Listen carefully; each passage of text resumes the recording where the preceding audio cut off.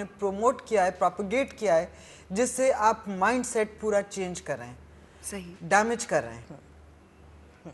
और लोगों को जैसे चस्का लग गया ऐसी चीज देखने का, चस्का लग गया है। जिस अब चीज के सारा बारे में मुल्क इस वक्त सारा, आप अगर न्यूज़ चैनल्स को देखते हैं तो न्यूज़ चैनल की एक और फिलॉसफी और एक और एथिक्स है, एंटरटेनमेंट को देखते हैं उनकी एक और है। मैं एक ब्रॉडली मैं ये कहना चाहती हूँ कि न्यूज़ चैनल इस वक्त हेट पर चल रहा है, hate the politician, hate the Nizam, hate everything and everyone, hate the common man, hate poverty, hate the lack of system, conflict and controversy.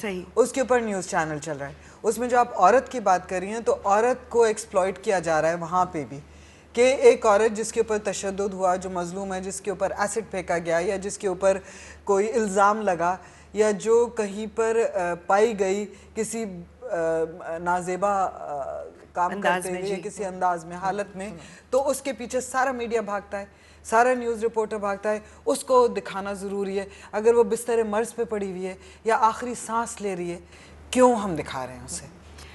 इसी बात से सीमा हम दोबारा बात शुरू करेंगे, आप कहीं मत जाइएगा। ये बहुत अहम मौजू है क्योंकि हम रोज़ाना इसको देखते हैं और हमारा उस चीज़ का हम पर क्या असर होता है शायद हम जानते भी नहीं। एक वक्फे के बाद आते हैं।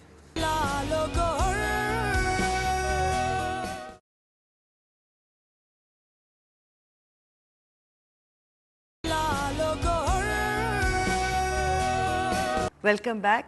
लालो गौहर में बहुत अहम बातें और बहुत अहम लोग यहाँ मौजूद हैं। रुबीना, अभी जो चीज़ सीमा कह रही थी कि एक वो सनसनी जो पैदा होती है उसमें हम ये भूल जाते हैं कि हमारी कुछ इखलाकियात भी हैं। बिल्कुल ठीक है, वो चीज़ हमें न्यूज़ रिपोर्टिंग में भी नज़र आ रही है, वो चीज़ हमें एंटरटेनमेंट में भी नज़र आ रही है, क्योंकि हम बहुत सारी ऐसी चीज़ें दिखा जाते हैं जिसका एक इम्पैक्ट, एक नफ्सियाती असर हो रहा होता है लोगों पर। आपको लगता है कि माशरे में इस वक्त बहुत कुछ जो हो रहा है और मीडिया उसकी अक्कासी नहीं कर रहा बल्कि मीडिया उसके ऊपर असर डाल रहा है?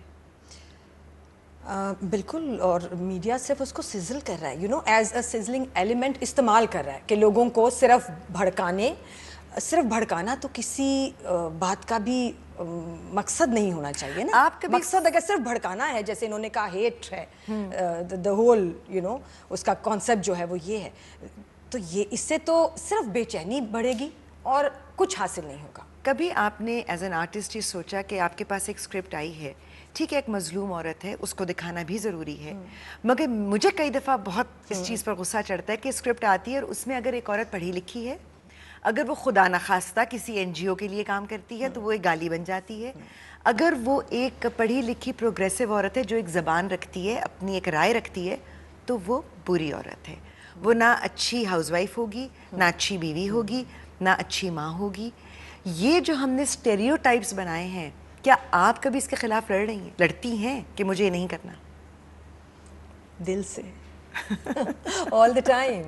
हाँ, बिकॉज हम सब इंस्पायर होते हैं उन औरतों से जो एम्पावर्ड हैं, जो इंस्पिरेशन है हमारे लिए, और हम सब की ज़िंदगी में ऐसी औरतें हैं और हमारे इर्द गिर्द हैं ऐसी औरतें जो कि कर रही हैं काम और अपना और अपने अराउंड जो लोग हैं उनका मकाम बदल रही हैं। और मैं तो समझती हूँ कि आई एम सॉरी बट मैं तो समझती हूँ मॉर्निंग शोज़ पे भी सिर्फ रोल मॉडल्स और इंस्पिरेशंस को ही लाना चाहिए ताकि लोग अपनी सुबह जो है वो ऐसी ही किसी हस्ती को देख के शुरू करें। एब्सोल्युटली। और अच्छा, मॉर्निंग शो से क्योंकि आपने बात की, तो कई ख़वातीन ये शिकवा करती हैं कि कुछ होता ही नहीं है देखने के लिए, लेकिन फिर भी वो देख रही होती हैं। तो क्या सीमा ये भी एक एलिमेंट है जिसकी वजह से वो जो एक मार्केटिंग की दौड़ और वो रेटिंग्स की दौड़ है उस पर असरअंदाज हो रही है कि ख़वातीन देखती ज़रूर है, वो सब कुछ देखती ज़रूर हैं, उनको थोड़ा सा सुबह को जब कामकाज कर रही होती हैं तो डाइवर्जन भी चाहिए होता है।